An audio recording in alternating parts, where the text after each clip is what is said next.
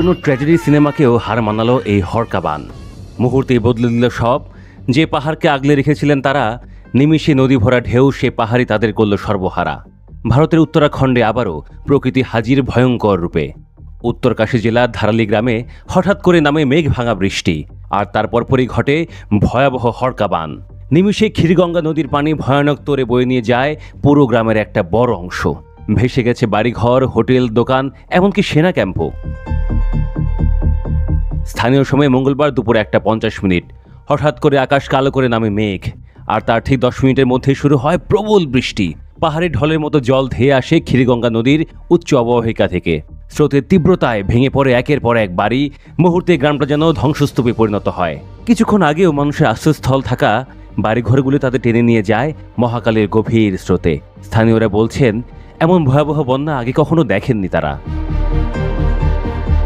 ঘটনার পরপরই উদ্ধার কাজে নামে ভারতের পুলিশ, এসডিআরএফ, এনডিআরএফ এবং সেনাবাহিনী।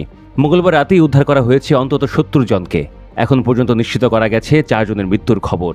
নিখোঁজের সংখ্যা 150 ছাড়িয়েছে, যার মধ্যে রয়েছেন 9 জন সেনা সদস্যও।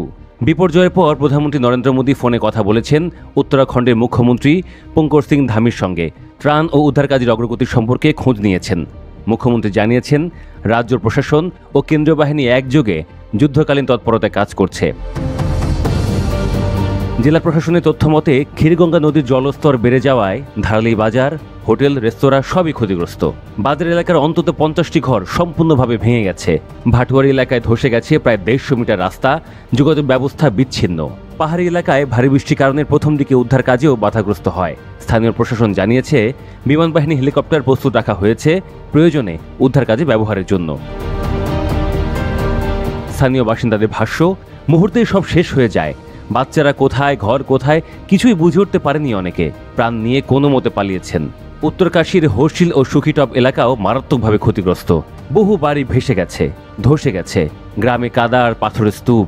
কোথাও কোথাও এখনো শুনতে পাওয়া যাচ্ছে চাপা পড়া মানুষের কণ্ঠস্বর। উদ্ধারকর্মীরা সময়ের সঙ্গে লড়াই করে চেষ্টা চালিয়ে যাচ্ছেন। সেনাবাহিনীর এক বিবৃতিতে জানানো হয়েছে, ঘটনার পর 150 জন সেনাকে দুর্যোগস্থলে পাঠানো হয়। এ যেন এক জীবন্ত দুঃস্বপ্ন। আপাতত বৃষ্টি কমলেও পরিস্থিতি এখনও ভয়াবহ। প্রশাসন জানিয়েছে, উদ্ধার কাজ অব্যাহত থাকবে যতক্ষণ না পর্যন্ত নিখোঁজ শেষ মানুষটিকেও খুঁজে পাওয়া যায়।